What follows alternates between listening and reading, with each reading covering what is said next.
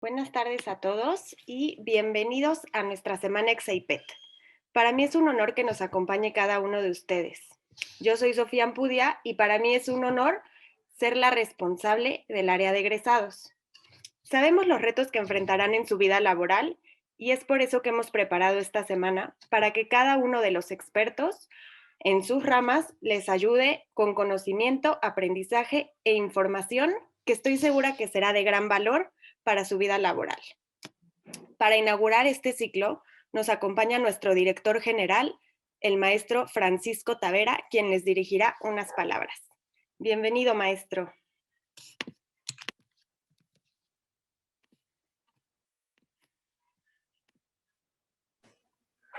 Hola, buenas tardes a todos. ¿Se escucha? Sí, perfecto, Sí. muy bien. Muchas gracias.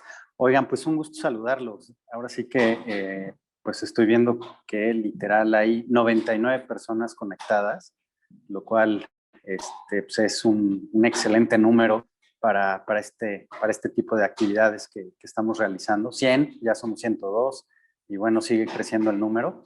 Y en primer lugar, agradecerle a Sofía Ampudia, que es, como ya dijo, como ya se presentó, la persona que va a estar a cargo de ustedes, que se va a hacer responsable de darle seguimiento a todos nuestros egresados, en conjunto con Maru de UNANO, a quien también seguramente todos conocen, y que queremos estar muy pendientes de ustedes. El entorno laboral, el contexto global, pues cada vez requiere y demanda mayor rigor, mayor exigencia en la preparación de nuestros egresados, una profundización en ciertos temas académicos, en ciertos temas de emprendedurismo, en ciertos temas legales, financieros, de mercadotecnia. Creemos que ustedes como profesionales del área de la salud hoy tienen una base científica y técnica muy potente, pero que hay que complementar con otro tipo de conocimientos, experiencias y herramientas que a nosotros como IPET nos encantaría proporcionarles. Entonces, espero que esta semana y el recorrido de toda esta semana sea un viaje que ustedes disfruten, que preparamos con muchísimo cariño para ustedes, que es información súper útil y que cada una de las ponencias que va a haber, cada una de las conferencias, hay un valor al que ustedes pueden extraer y que seguramente les va a ayudar para construir su carrera profesional o seguirla desarrollando. Yo creo que el tema del día de hoy es la tecnología, obviamente es el tema del COVID, es el tema del autoempleo, es el tema del emprendedurismo, es el tema del digital health y creo que por ahí seguramente habrá muchos temas a lo largo de esta semana que podrán nutrirlos de estas nuevas tendencias y de los retos que van a enfrentar como egresados. Por mi parte, pues simplemente desearles el mayor de los éxitos. Ojalá disfruten cada una de estas tardes de aquí al jueves y cada una de los momentos que hay planeados para ustedes. Les digo, es un privilegio para mí recibirlos, seguir en contacto con ustedes, que nos ayuden a llegar a más egresados, que nos ayuden a recomendar pacientes a CRIPED, que nos ayuden a seguir fomentando lo que es la cultura de la fisioterapia en México y en el mundo. Así que bienvenidos todos, enhorabuena, gracias Sofía, gracias Maru, gracias equipo y éxito en esta semana. Nos vemos muy pronto y seguiremos en contacto. Muchas gracias. Muchísimas gracias por sus palabras, maestro. Ahora me complace de presentarles a un líder nato, entregado y apasionado por ayudar a hacer crecer el mundo de la fisioterapia. En lo personal, me encanta escucharlo. Él es orgullosamente Exaipet, es Jorge Bustamante y el día de hoy nos acompaña con una emotiva plática titulada ¿Y si tú fueras el paciente? Bienvenido, Jorge, muchas gracias. Muchas gracias, Sofía.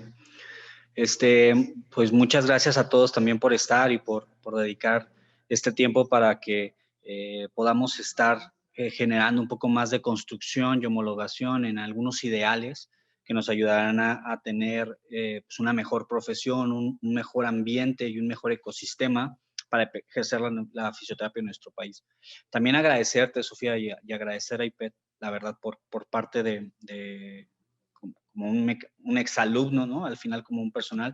Está padrísimo que podamos tener este tipo de sesiones, ¿no? Sé que no lo realizan muchas universidades, entonces está genial que que estén como intentando jalar esta parte de exalumno, ¿no? Lo digo como exalumno porque evidentemente hay muchas cosas que podemos mejorar, y cuando estamos más alineados o liderados por algún instituto, es mucho más factible este crecimiento. Bueno, una vez dicho esto, también agradecer a las personas que están en esta charla, ¿no? El objetivo de lo que vamos a platicar el día de hoy es un poco una forma diferente en la que podríamos analizar el actuar clínico. Casi siempre la forma en la que vamos ejerciendo nuestra profesión está muy alineada a la parte de nuestras experiencias, y está muy alineada a la parte de los conceptos metódicos de cómo nos dicen que deberíamos de estar atendiendo a los pacientes. Esta es una charla que yo he recibido en un par de ocasiones. Evidentemente la he recibido por fisioterapeutas con una autoridad pues muy amplia, y no es que yo sea un fisioterapeuta con una autoridad muy amplia, sino que más bien este tipo de charlas a mí me ayudaron en algún punto de mi formación profesional a poder tener un clic, a poder hacer un match con algunos ideales que quería realizar dentro del actuar clínico.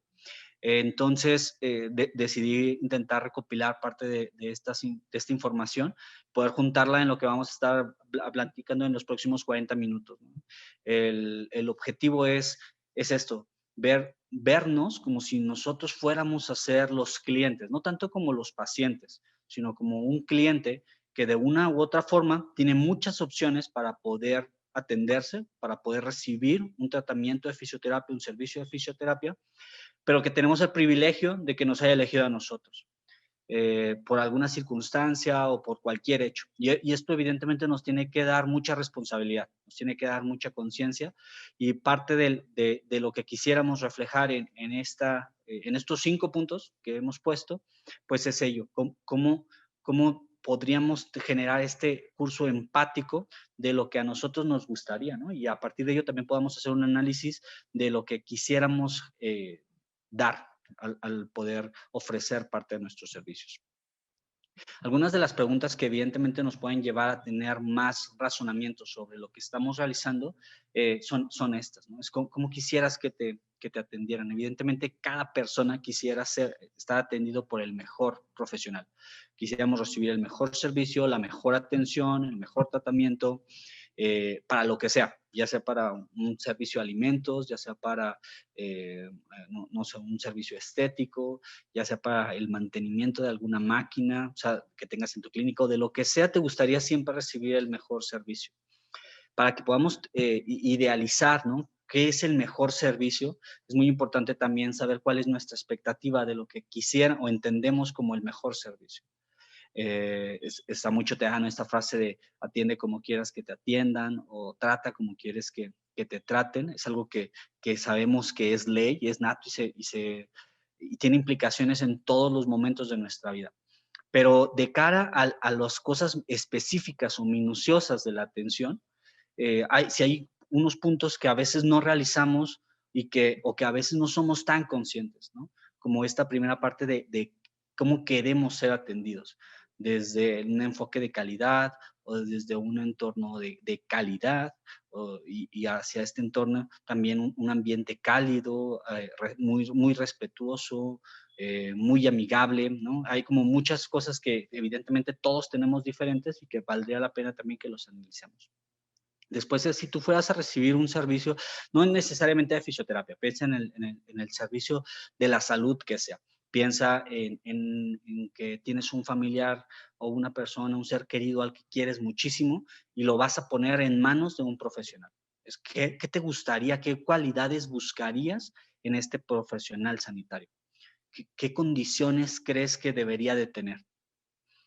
Y después una vez que has pensado como todas estas condiciones y lo que quieres recibir en el servicio, es de toda la gama o de todo el gran abanico que hay de fisioterapeutas, ¿por qué crees que te tendrían que elegir a ti? Porque crees que tú deberías de ser el elegido para poder ofrecer este servicio. Este es un punto relevante porque evidentemente si queremos exigir o si queremos demandar el mejor servicio para nosotros, también deberemos de hacer ese ejercicio para poder determinar el cómo vamos a realizar este servicio. Si lo has pensado bien o lo tienes más o menos claro, ¿no? Este contexto de qué es lo que quisiera recibir y qué es lo que quieres pagar, ¿no? Ahí también va a ser como un doble ejercicio, saber si esto que quieres te hace match o tiene congruencia con lo que generas y con lo que das. Y en muchas de las ocasiones es muy difícil. La verdad es que en gran parte de los servicios que por lo menos yo realizo, lo hablo de forma muy personal, siempre me quedo con con algo que pueda hacer mejor. Siempre trato de buscar lo que puede mejorar o siempre trato de buscar el servicio diferente que pude haber implementado, desde una metodología de razonamiento clínico hasta algo técnico en la parte de la operación. Y bueno, también parte de estas cosas de mejoras pueden estar muy ligadas a estos 3 puntos, ¿no?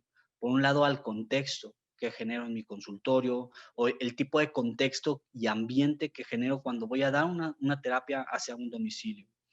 eh, es analizar cómo está todo el ambiente y cómo provoco cosas para que ese contexto estén alineadas a lo que quisiera ofrecer. Después, otro punto que también es interesante analizar es la congruencia que tengo como persona con mi yo como fisioterapeuta. Es decir, ¿qué tanta congruencia tienes en mi yo fisio y en mi yo de persona? Esto es muy relevante porque en muchas ocasiones tampoco hay este match, ¿no? De como agente sanitario o este match como responsable con la salud.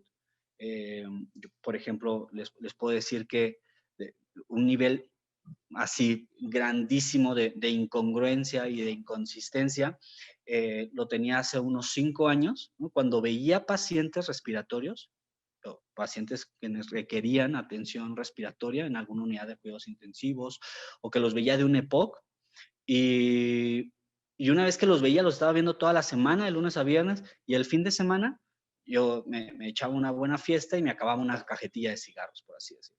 Entonces, hay un montón de datos en donde de verdad no analizaba parte de la congruencia que quiero reflejar como personal de la salud con el actuar clínico, con lo que debería de estar reflejando. Y no se trata solamente de lo que lo doy a entender, evidentemente mis pacientes con EPOC o evidentemente mis pacientes que veían UCI no sabían que me fumaba la cajetilla de cigarros, ¿no? Porque no les decía, porque era evidentemente una grosería decirles, no, ya tiene que fumar y yo fumaba. Actualmente ya no fumo, claro está, pero en algún momento sí llegué a tener algo que no me cuadraba y era esta parte de ser incongruente con las cosas que decía, las cosas que predicaba en mi actuar clínico y después en mi parte personal, pues no estaban tan alineadas. Y no necesariamente todo tiene que estar alineado y no puede ser, y no tiene que ser así si tú no quieres. Pero sí debes de tener mucha congruencia de que hay algunos, o mucha conciencia de que hay puntos que no son congruentes. Cuando esto pasa es más difícil de trabajar. Cuando estás trabajando en incongruencia, es muy difícil mantener una cara que no tienes o una cara o un tipo de actitud que en realidad no vives. Y después el otro punto, una vez que ya has realizado ese análisis, es cómo lo demuestras, porque al final no vale mucho que tengas unas buenas intenciones, que prediques de una buena forma, si en algún punto esto no se puede reflejar en una mejora pues real en el entorno clínico del paciente. Entonces es como demuestras que de verdad eres la mejor opción para este paciente. ¿Qué tipo de actividades realizas para generar un servicio diferenciado y que después este paciente diga, pues sí, quiero estar contigo por convicción, porque me convences, porque me das confianza, porque tienes una serie de atributos en los que yo quiero invertir, no gastar, sino en los que yo quiero pagar. Entonces está súper padre que hagamos este tipo de conciencia porque al final nos puede ayudar a tener un camino para incrementar nuestra autoridad. La autoridad es una cualidad que tenemos a nivel social para argumentar una serie de reconocimientos que nos da un grupo poblacional. Por ejemplo, todos tenemos muy claro, ¿no? La autoridad que le podemos dar a la policía o la autoridad que le ejecutamos o lo que le damos a un determinado profesor que es una eminencia en tal cosa, es una autoridad en algo. Es decir, es un grupo de personas que reconoce que alguien es bueno haciendo algo o que alguien tiene el poder para realizar algún poder, para hacer que te arresten o un poder para enseñarte y corregirte cuando lo estás haciendo mal. Entonces, como fisioterapeutas, al final somos unos agentes clínicos, somos unos agentes sanitarios, nosotros debemos de predicar la salud y necesitamos también tener este reconocimiento desde la parte social y también desde la parte multidisciplinar. Nuestros colegas médicos, nuestros colegas enfermeros, psicoterapeutas, sociólogos, etcétera, todo lo que conlleva el entorno biopsicosocial del paciente debería de reconocer parte de la labor o de la importante labor que realiza el fisioterapeuta. Y en cierto punto, a nivel social, la labor del fisioterapeuta no es la más profesional que pudiéramos llegar a decir, no todos nos hemos enfrentado con esta parte de la creencia de que el fisioterapeuta solo realiza masajes o el fisioterapeuta es un huesero con título, es no es un masajista que estudió y nada que ver, ¿no? Evidentemente esto está cambiando, no es un entorno que sea real y todos trabajamos para que esto se quite, pero sigue siendo una realidad. La fisioterapia ya tiene mucho tiempo en México y no ha cambiado tanto. Y parte de eso es nuestra responsabilidad. Tampoco hemos tenido este ejercicio de conciencia como profesor, como profesionales de la salud, como grupo, y poder tener este reconocimiento ante otros médicos. Claro que cambia, ¿no? Yo trabajo con médicos o con otro tipo de especialidades que reconocen mucho la labor del fisioterapeuta, pero no todos. Y por lo tanto, pues debe de hacer un poco de ruido para hacer conciencia que necesitamos incrementar nuestra autoridad como grupo. El ser fisioterapeuta para mí tiene que ver mucho con esta imagen, tiene que ver con una actividad mágica. Yo creo, ¿no?, que esta parte de la magia se da al final por tener una transformación en energía. A mí me gusta mucho pensar que cuando agarro alguno de los libros y nos tenemos que comer todas estas hojas, al final es un tipo de energía que gastamos para poder tener otros poderes. Entonces es un tipo de energía que la transformamos de conocimientos, es un tipo de energía que la transformamos de alguien que aplicó su energía para poderlo tener en este compendio. Y después tú agarras esta energía del libro por medio de tu esfuerzo y la puedes transformar en una especie de poder para poderlo ocupar en el momento adecuado con la persona adecuada. Y con esto obviamente no me refiero a estar curando con energías, ni a estar realizando charlatanería, ni mucho menos. Me refiero a una forma en la que modificamos la energía que tenemos hacia un mejor ambiente para el perfil del paciente, algo que le ayude a mejorar la calidad de vida. Entonces, este tipo de magia, al final, después también te va a ayudar a tener valor, ¿no? Un valor económico y te va a ayudar a tener valor en las personas, porque el fisioterapeuta genera un impacto grandísimo en el entorno. Cuando hacemos la terapia y mejoramos la calidad de vida de alguien, no solamente se refleja en que pueda tener una mejor funcionalidad individual, sino que también puede haber un mejor ambiente dentro de todo su entorno, a nivel familiar, a nivel económico. Si a alguien le quitamos el dolor lumbar, va a poder trabajar mejor. Si trabaja mejor, va a poder producir mejor. Si produce más, vamos a poder tener un ambiente en el que económicamente haya mayor circulación de efectivo y por lo menos la economía va a estar más activa. Es decir, el fisioterapeuta puede llegar a tener un montón de trascendencia dependiendo de qué tanto empeño le ponga a su día a día. Entonces, esta imagen a mí se me hace fantástica porque al final somos unos profesionales que tienen ese privilegio de poder gastar su energía para mejorar la salud de un individuo. Y este tipo de energía que le impregnamos para mejorar la salud de nuestros pacientes pudiese llegar a tener dos caminos. La energía se puede gastar o se puede invertir. Al igual que el dinero, por ejemplo, el dinero del paciente se puede gastar o se puede invertir. Y esto depende de lo que vaya a pasar una vez que el cliente se ponga en tus manos. Es decir, un paciente cuando va al fisioterapeuta puede realizar un gasto o puede realizar una inversión. ¿De qué depende? De que el gasto no te va a traer más beneficios y la inversión sí te genera más beneficios. Esta es la principal diferencia dentro del modelo físico de la energía o dentro del modelo económico de cómo fluye el dinero. Las inversiones son importantes porque al final tienen un efecto benéfico para la salud. Y muchas veces los gastos solamente son intervenciones correctivas. es algo que pasó, ¿no? Por ejemplo, en mi clínica, y si yo en mi clínica tengo un problema por una pared, bueno, voy a tener que gastar dinero para pintar la pared y para repararla. Y ese ejemplo que les estoy dando con la pared no me va a traer más pacientes per se, ¿no? Posiblemente mantenga la cantidad de pacientes que voy a tener, pero no me va a dar más pacientes, ¿no? Y si no hago ese gasto, va a estar peor porque voy a perder pacientes. Van a decir, mira, este fisioterapeuta tiene su clínica súper feas, las paredes se le caen y así. Entonces es importante hacer este gasto, pero tiene más bien que ser un enfoque correctivo. Una inversión, por ejemplo, podría ser cuando compro un curso o cuando pago un diplomado, pago una maestría para poder atender mejor a mis pacientes. Eso es una inversión porque a la larga, como fisioterapeuta, voy a poder tener un beneficio de esto que he gastado o de este dinero, de estos recursos que he implementado. Y para el paciente es igual. El paciente puede tener un gasto cuando el fisioterapeuta solo se dedica a trabajar mecanismos placebos que corrigen un cuadro patológico, pero no arreglan el problema.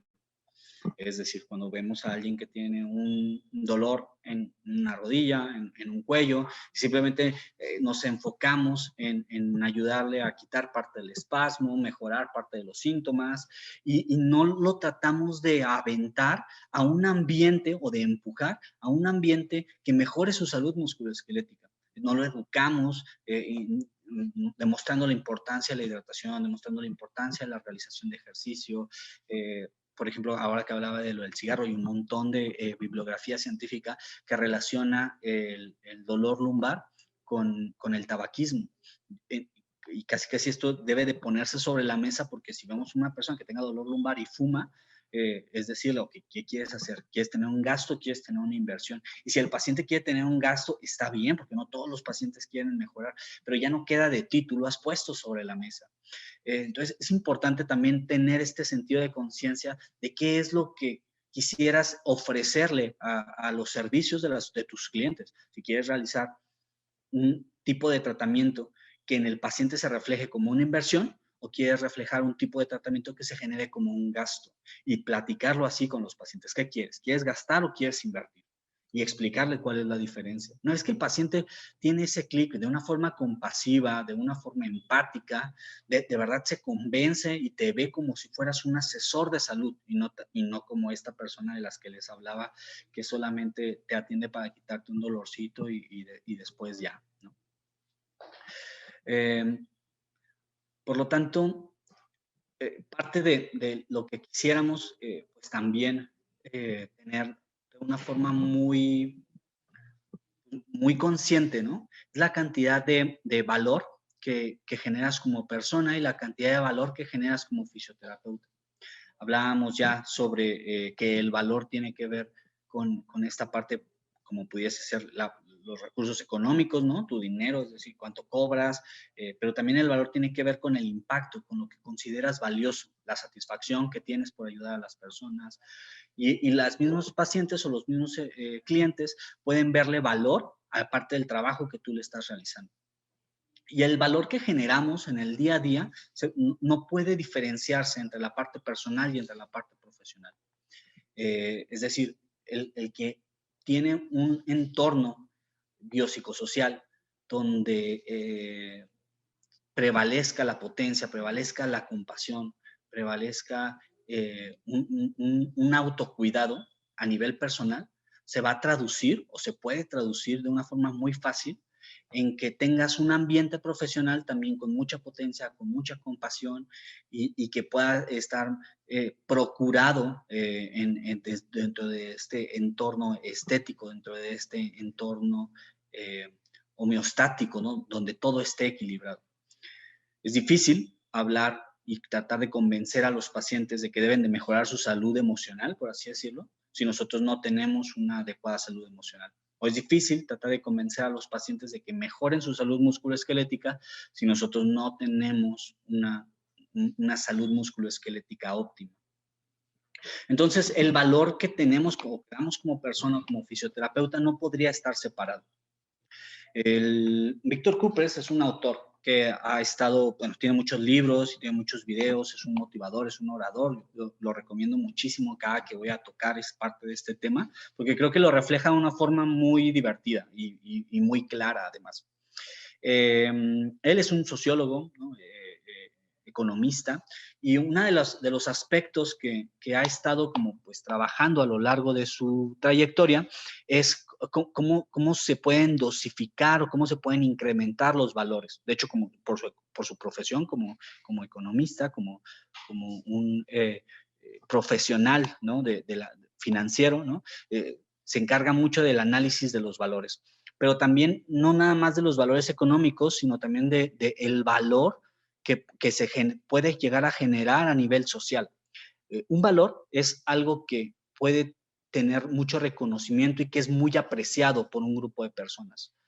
El valor que podríamos tener como persona puede enfocarse o puede como explicarse como por lo que somos apreciados en un entorno social. Cuando yo hable de un valor como amigo, como un valor como papá, cuando hable como un valor como profesional, estaré hablando como qué tanto aprecio me pueden llegar a tener las personas en cada uno de los entornos en los que estoy platicando. Y el valor que tenemos como persona podría clasificarse como en estos 3 puntos, ¿no? Hay estas 3 variables y él generó esta fórmula matemática para poder medir el valor que tienes como persona. Ya, el valor que tienes como persona tiene que ver con los conocimientos más las habilidades por la actitud. Víctor Coopers lo que dice es que los conocimientos son muy importantes porque al final te van a poder a generar más herramientas para poder implementar un trabajo. Ya sea que seas papá, que seas hermano, que seas fisioterapeuta. Si tienes conocimientos de cómo hacer mejor las cosas, ya tienes mucho más valor.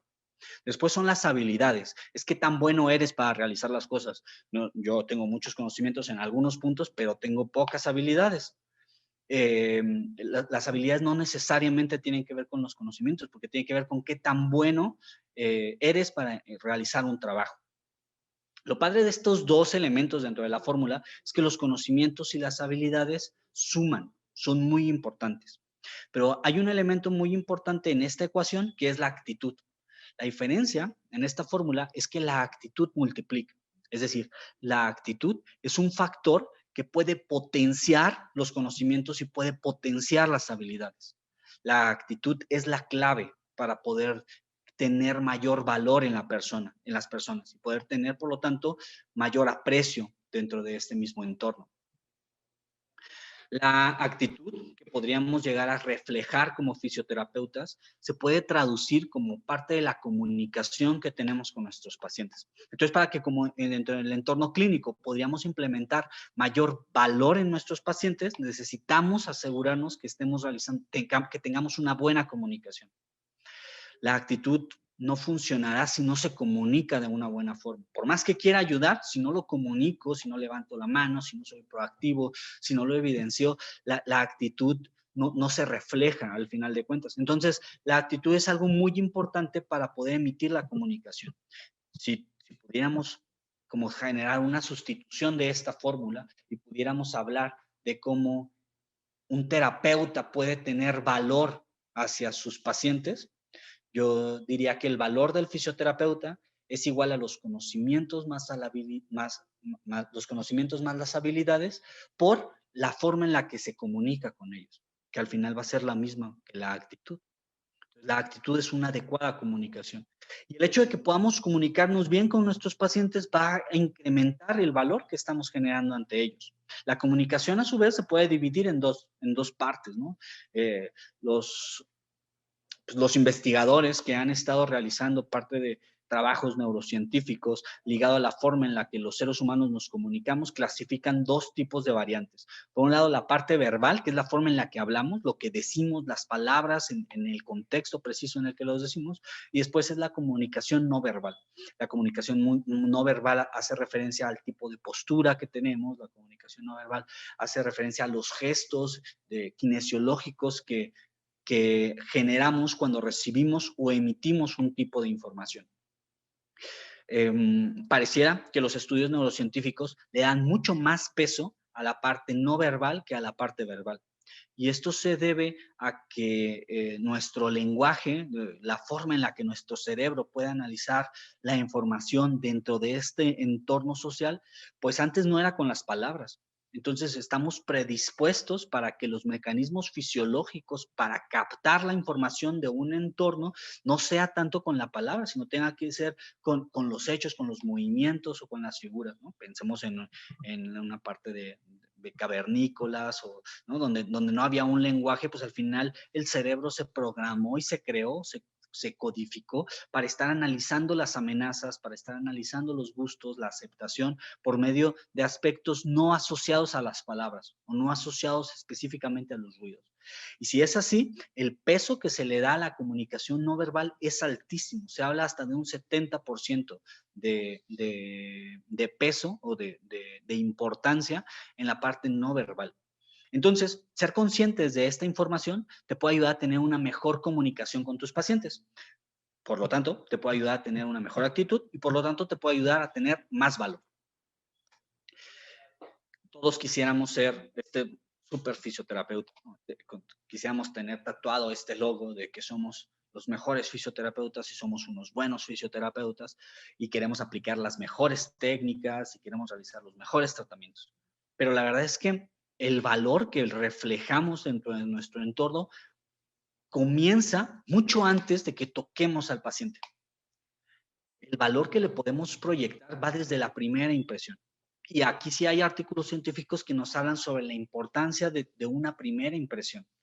En el 2007, ¿no? Se realizó un estudio en el personal de enfermería para determinar pues, cómo, cómo podíamos corregir un error que habíamos tenido con algún paciente. Se estudió, se analizó qué es lo que pasa cuando un cliente que está en una camilla es mal atendido por una enfermera. Esto, cuando llega a pasar, pues se le pasa una serie de encuestas a los pacientes de inconformidad, por así decirlo, y después se les seguían pasando encuestas a los pacientes para saber hasta qué momento ya estaban conformes. Lo que se daban cuenta es que cuando habías tenido una primera impresión con el paciente, el primer contacto, la primera atención que se había recibido y te equivocabas, a lo largo de los días tardabas mucho más en recuperar la confianza del paciente o tener un resultado positivo en la encuesta de satisfacción. Los pacientes que habían sido o que habían tenido una buena impresión con el personal de enfermería y que con una buena impresión en algún otro momento pudieron llegar a tener un problema o un momento de una evaluación no satisfactoria por parte del personal, se dan cuenta que muy rápido podían llegar a tener otra vez una encuesta de una adecuada satisfacción, porque ya habían tenido una primera imagen que era mucho más poderosa. Lo importante de este artículo de la doctora Taub en enfermería es que la primera impresión cuenta muchísimo. De hecho, es la más importante. Si después te equivocas, te van a perdonar muy rápido. Pero si desde el primer momento te equivocas, vas a tener más problemas. Es muy difícil quitar una primera mala impresión. Entonces, ¿cómo podemos asegurarnos de que no tengamos una mala impresión o una primera mala impresión? Bueno, primero siendo conscientes, teniendo este tipo de conocimientos, después generando algunas habilidades. Parte de estas habilidades tiene que ver con el entorno o el contexto con el que vas a realizar la primera terapia. Siempre debemos de tener todo nuestro material súper organizado, pero el primer día que vamos a ver a un paciente, todo el material debe estar alineado con el mismo ángulo, con la mejor iluminación, todo debe de estar súper limpio, porque aparte va a ser lo más importante. Entonces, esto es relevante de cara a irte preparando porque en algún momento nos podemos equivocar, ¿no? Pero va a ser mucho más fácil reparar parte de esta insatisfacción que le generemos al paciente. Después, platicarles de otros estudios, por ejemplo, en el 2008, ¿no? El doctor Barr realizó unos trabajos para determinar la velocidad con la que un grupo de sujetos podían tener imagen de lo que le está pasando a otro ser humano. Entonces ponían caras contentas, ponían caras enojadas, ponían caras tristes y las pasaban por un determinado tipo de tiempo. Se dieron cuenta que hasta en 200 milisegundos de velocidad, en una imagen, una persona que ve una cara puede llegar a tener conocimiento de lo que le está pasando o no le está pasando al paciente. Este conocimiento del doctor Barr es súper importante porque la primera vez que vamos a ver a nuestro paciente necesitamos dar nuestra mejor cara. Siendo conscientes de ello, vamos a poder tener ya algunos puntos ganados. Los primeros segundos son relevantes de cara al primer contacto con el paciente. Entonces hay que ponernos en una buena postura, con una cara muy amable para poder transcribir o reflejar una buena impresión. Si desde estos primeros segundos ya tenemos estos aspectos ganados, ya tenemos ganada gran parte del resto del tratamiento. Y esto lo dice la ciencia. Claro que esto se vuelve muy complicado cuando tenemos cubrebocas, caretas, llevamos un traje, porque lo único que reflejamos es una cara positiva, una sonrisa, nos la han quitado por completo. Entonces, si no vamos a poder estar operando así, no nos queda otra más que estar comunicándonos con un lenguaje corporal impecable. Parte de este lenguaje corporal tiene que ver la postura que vamos a reflejar como fisioterapeutas.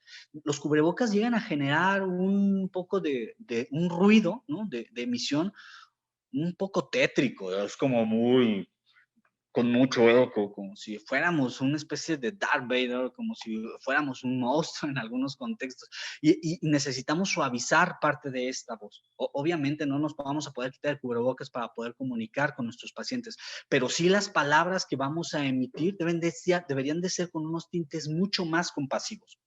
Ser conscientes de ello nos va a ayudar a ocupar estos recursos de una comunicación no verbal en pro de una mejor imagen frente al paciente. Otra de las características que deberíamos de tener para poder reflejar toda esta actitud son los 4 saberes descritos en la bibliografía. Para que podamos implementar algo, necesitamos verlos desde los diversos puntos. Primero, desde la parte del conocimiento, que es parte de esta información, es meternos a leer un libro de cómo comunicar mejor. Después es hacerlo bien. Y después es serlo, es vivirlo, es reflejarlo, es ser congruente, estar convencido de que esa es la mejor forma para poder actuar. Y después es convivir. Esta parte del saber convivir tiene que ver con un influjo de aplicabilidad de una adecuada comunicación. Parte de estos saberes son la clave de una adecuada profesionalización en el paciente. ¿Sí? Y esto es muy fácil de identificar cuando vas a realizar un servicio. Piensa en el servicio que quieras. Alguien que te va a arreglar el carro, alguien que te va a realizar un servicio de reparación en tu casa o en alguien que te va a hacer un servicio para el cabello, para algo estético. Es muy fácil determinar estos puntos. Muy fácil saber si lo conoce. Después es muy fácil saber por la experiencia si lo sabe hacer, si lo es, si él lo vive en toda la extensión de la palabra. Y después cómo te lo comunica, cómo lo transmite, en qué entorno te crea para poder tener una mejor convivencia.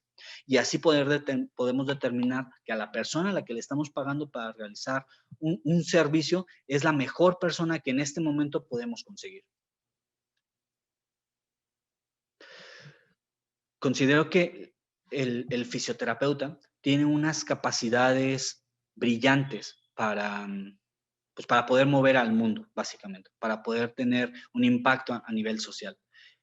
Nuestra profesión parte de 2 líneas o de 2 principios que son espectaculares y somos muy privilegiados por poderlos tener dentro de nuestra definición. La fisioterapia es arte y es ciencia. Y esta parte artística y esta parte científica debe de converger con un equilibrio perfecto en tu día a día.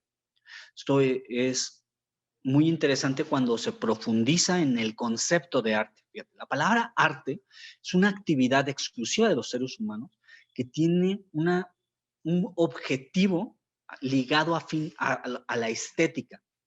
Es una actividad humana con fines estéticos. Y esto solo refleja una expresión de sentimientos. El arte es la actividad humana con fines estéticos para la expresión de sentimientos.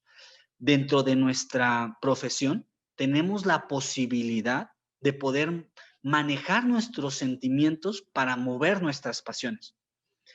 El arte tiene que ver con una expresión emocional, un deseo de querer ayudar, un deseo de poder ayudar, un deseo de hacer las cosas diferentes para que la vida de un ser humano también cambie. Y parte de este mecanismo artístico tiene que ver mucho con lo que sientes. Es una de las pocas profesiones que te permite utilizar tus sentimientos, tus emociones, tu potencia en pro de la ayuda hacia otras personas. Esto no lo hace, por ejemplo, un pintor o un escultor, que evidentemente tienen toda la definición de arte.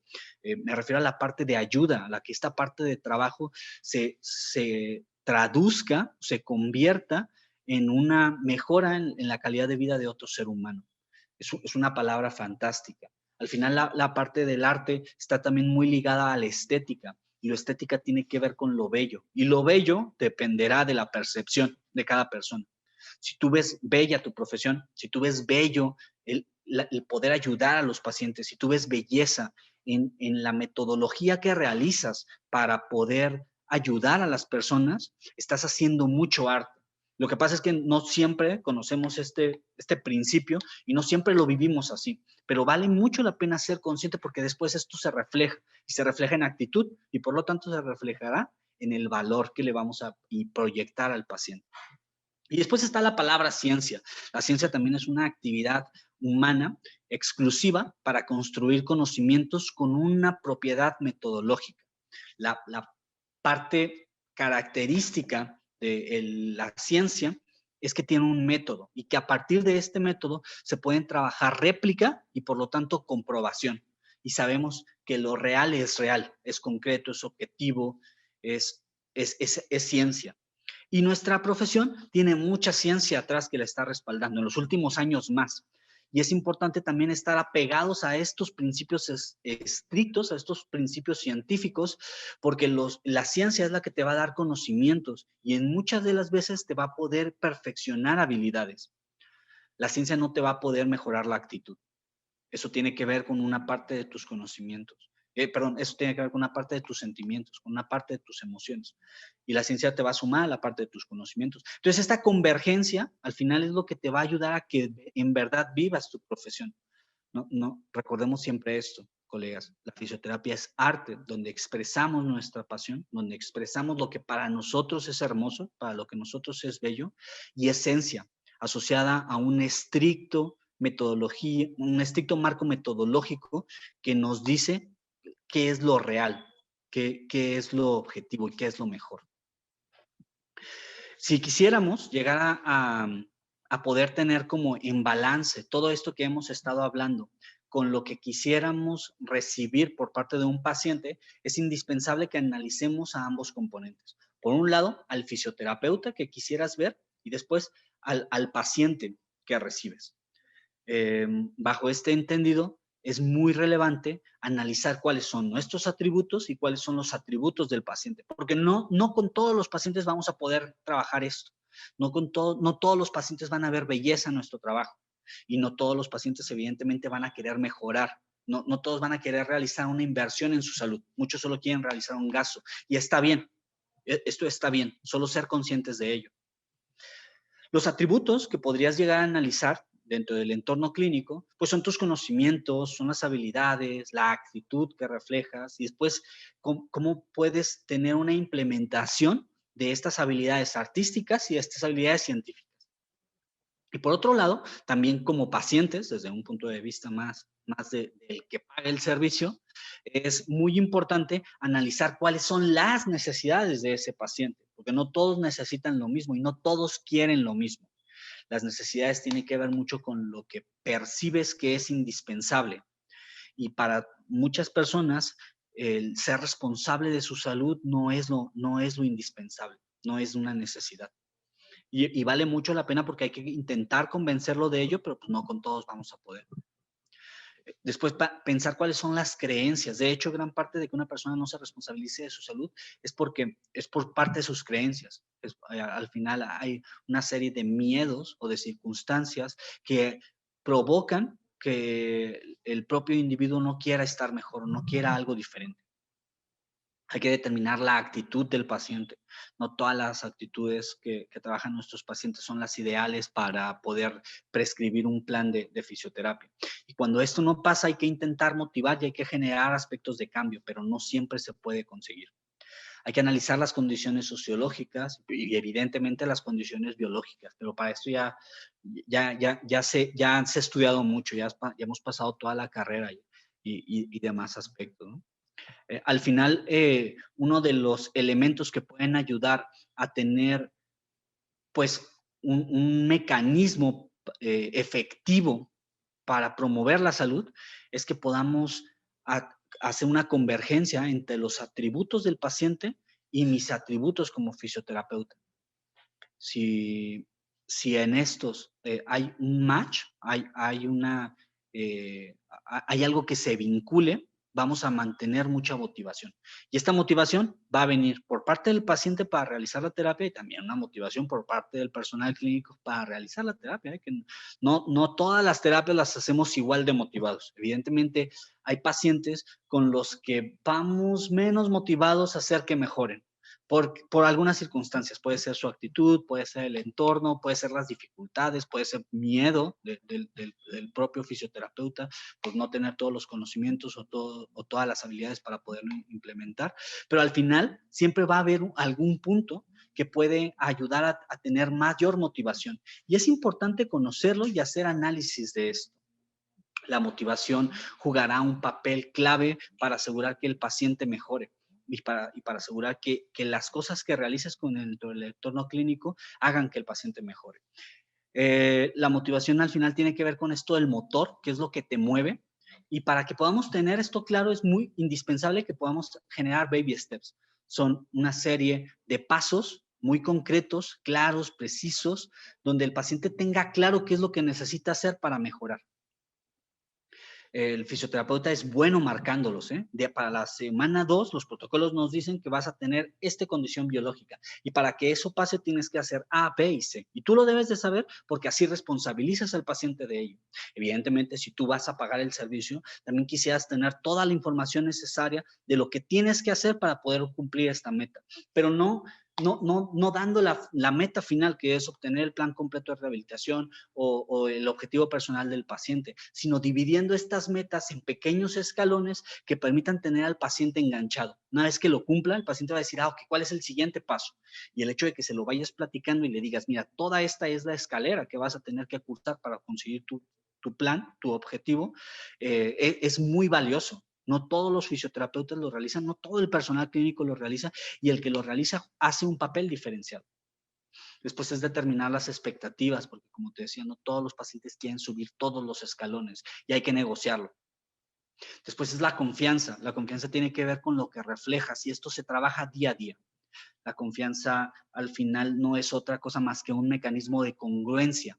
Es un voto de valor, es un voto de certeza de que algo es correcto.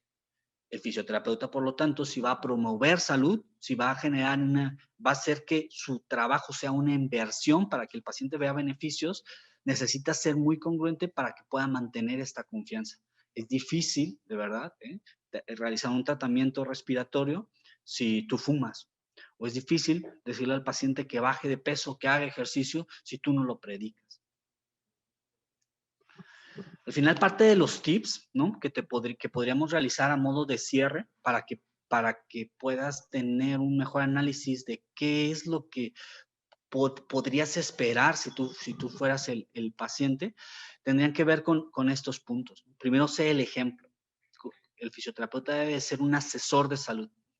Debe de ser un promotor de esta homeostasis en múltiples terrenos, en el entorno biológico, en el entorno psicológico, en el entorno emocional. El fisioterapeuta debería de ser un coaching que se adapte a las necesidades de cada paciente. Y parte de eso también tiene que ver con este mismo esquema de lo que predicas. Esto es un trabajo que se tiene que realizar día a día y es mucho más fácil cuando consigues un mentor o tienes a alguien que te esté apoyando a darte cuenta de las cosas que estás haciendo mal y de las cosas que puedes mejorar. Tener un mentor nos puede ayudar a tener una guía de cómo ser mejores también.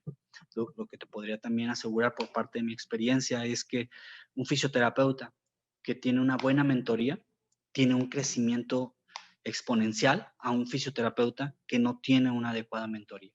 Y después, parte de este trabajo es que tú también te formes en ser mentor, que no nada más te enfoques en el crecimiento, en el entorno biológico, sino también en los entornos de motivación a otras personas. Al final, si eres un buen motivador para los pacientes, puedes ser un buen motivador para otros fisioterapeutas. Y esto va a hacer que nuestra profesión crezca. Deberías de ser un fisioterapeuta también que tenga un trabajo en mindfulness, una atención plena mientras estamos dando los servicios. Es fantástico. Yo he descubierto un tipo pues de resultado diferente cuando me he propuesto que mientras voy a ver al paciente no va a haber absolutamente nada más importante en ese momento. Entonces, cuando alguien entra al consultorio, no hay nada más. Todo va a ser asociado a él. La atención plena asociada, y eso es muy difícil para mí porque yo soy muy distraído, pero hay que estar súper consciente de cómo se mueve, de lo que te dice, cómo te lo dice, de su lenguaje corporal, de su lenguaje verbal, de sus creencias, expectativas. En ese momento no puedes dedicarte a otra cosa. Y ser un fisioterapeuta que esté en atención plena va a hacer que tengas un mejor actuar en el entorno clínico. También hay que vivir la fisioterapia dentro de este aspecto de metodológico. Hace un tiempo hablaba con Francisco Tavera, el director de IPED, el rector general de IPED, con el que hace un momento estábamos hablando. Me platicaba sobre cómo el fisio tiene unas habilidades geniales para poder dividir por objetivos la recuperación de un paciente. Cuando viene alguien, yo lo mido. Y si lo puedo medir, lo puedo mejorar. No lo puedo mejorar si no lo mido, porque no sé si mejoró. Pues su percepción puede ser válida, pero es que la perfección no es tan científica.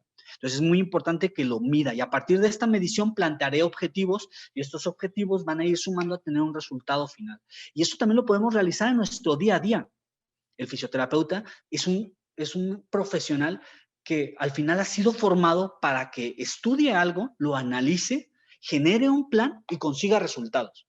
Y esto lo podemos llevar a nuestra vida siempre. Si yo quiero tener este plan de meta, tengo que analizar qué es lo que quiero, hacer el plan, ponerme baby steps, plantearme la escalera, negociar qué sí puedo hacer y qué no puedo hacer para conseguir un resultado. Una vez que el fisioterapeuta tiene metas, una vez que el fisioterapeuta está motivado en mejorar un perfil de pacientes, pudiese o no estar asociado a una especialidad, el resultado clínico va a ser diferente siempre, porque el simple gusto con el que realizas las cosas va a generar un cambio.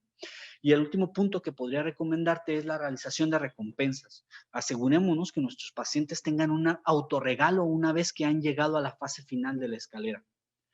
Y después, tú como fisioterapeuta también deberías de tener un autorregalo. Trata de motivarte para realizar algo una vez que has hecho que un paciente mejore.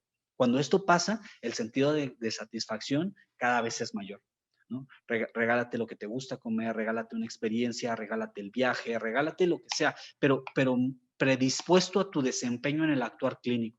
Cuando esto sucede, se genera mucho match entre el por qué quieres ayudar a las personas y después la satisfacción se potencializa.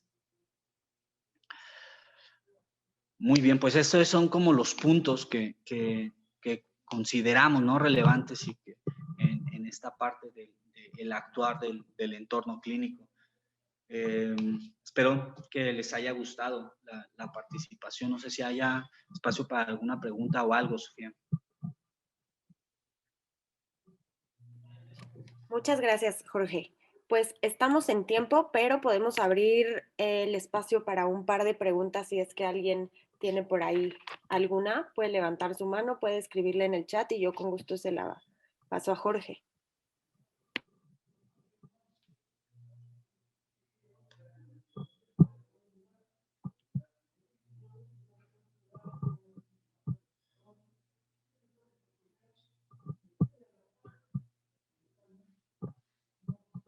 No, bueno, igual, y si sale algo más adelante o así, no, yo creo que gran parte de las personas tienen mi contacto, ¿no? Si no, lo estoy escribiendo ahora justo en el chat, por si hay alguien que quisiera profundizar en alguna parte del contenido o algo, me pueda contactar directamente también. Por aquí tenemos una pregunta, bueno, un par de preguntas. La primera es de Nancy, dice, ¿qué tipo de autorregalo puede utilizarse en pacientes adultos o cuáles recomienda? Habitualmente, en la parte de la historia clínica, el paciente te dice qué es lo que ha extrañado, qué es lo que ha dejado de hacer por una condición. Por ejemplo, yo cuando veo a algunos pacientes que han tenido algún problema musculoesquelético, están ligados a algo de movimiento. Entonces, yo personalmente lo que les digo es que nos vamos a ir a bailar y vamos a tener una noche de fiesta, que no necesariamente tiene que ser en un antro, ¿no? Puede ser en su casa, donde se pondrá música, danzón, salsa, algo que sea diferente aparte de estas intervenciones. Pero depende mucho de lo que le guste a cada paciente. Se puede, o sea, puede ser pacientes que tengan un gusto por la lectura, que de por sí se vayan a comprar un libro y negocies que se lo compre hasta que tenga 20 segundos en tándem, por así decirlo, que es una prueba de balance, o que se lo compre hasta que tenga un Daniels en 5 más, por así decirlo. Si le llegas a dar un número con un valor, el paciente después te dice, va, acepto el reto. También está motivado por esa parte donde vinculemos nuestros criterios clínicos con lo que el paciente necesita. Es alguno de los ejemplos, ¿no?, que podría dar. Muchas gracias. Por aquí tenemos otra pregunta que dice, Lick, ¿en qué recomendaría invertir al egresar? En conocimiento. Yo directamente es la mejor inversión que genero. Eso es más conocimiento. Evidentemente has egresado, has hecho una inversión muy fuerte y después esta inversión puede ser todavía mayor, esta recompensa puede ser mayor si tienes una subespecialidad, si tienes algo muy concreto en donde tu valor como clínico se potencializa. Entonces, mi mayor inversión, la que realizo, es en mi formación, en continuar formando. No nada más en cosas de fisioterapia, formarme en un entorno personal, formarme en un entorno sociológico, filosófico, ¿no?, también. Es súper padre, yo se los aconsejo muchísimo. Pues muchas gracias, Jorge. Yo creo que vamos a terminar aquí las preguntas porque a continuación tenemos otro tema igual muy interesante y me gustaría que podamos darles el tiempo. Te agradezco Perfecto. muchísimo, muchísimo por esta plática. Yo aquí Jorge les dejó su contacto. Entonces, bueno, cualquier duda, comentario, conversación, la pueden buscar. Lo pueden buscar directamente y con gusto estoy segura que les contestará Jorge. Muchas gracias, Sofía. Para mí también es un gusto, un privilegio que me hayan invitado. Nueva cuenta, gracias por este evento tan padre que se ha generado. Y pues nada, seguirlo disfrutando. Un fuerte abrazo a todos. Feliz tarde.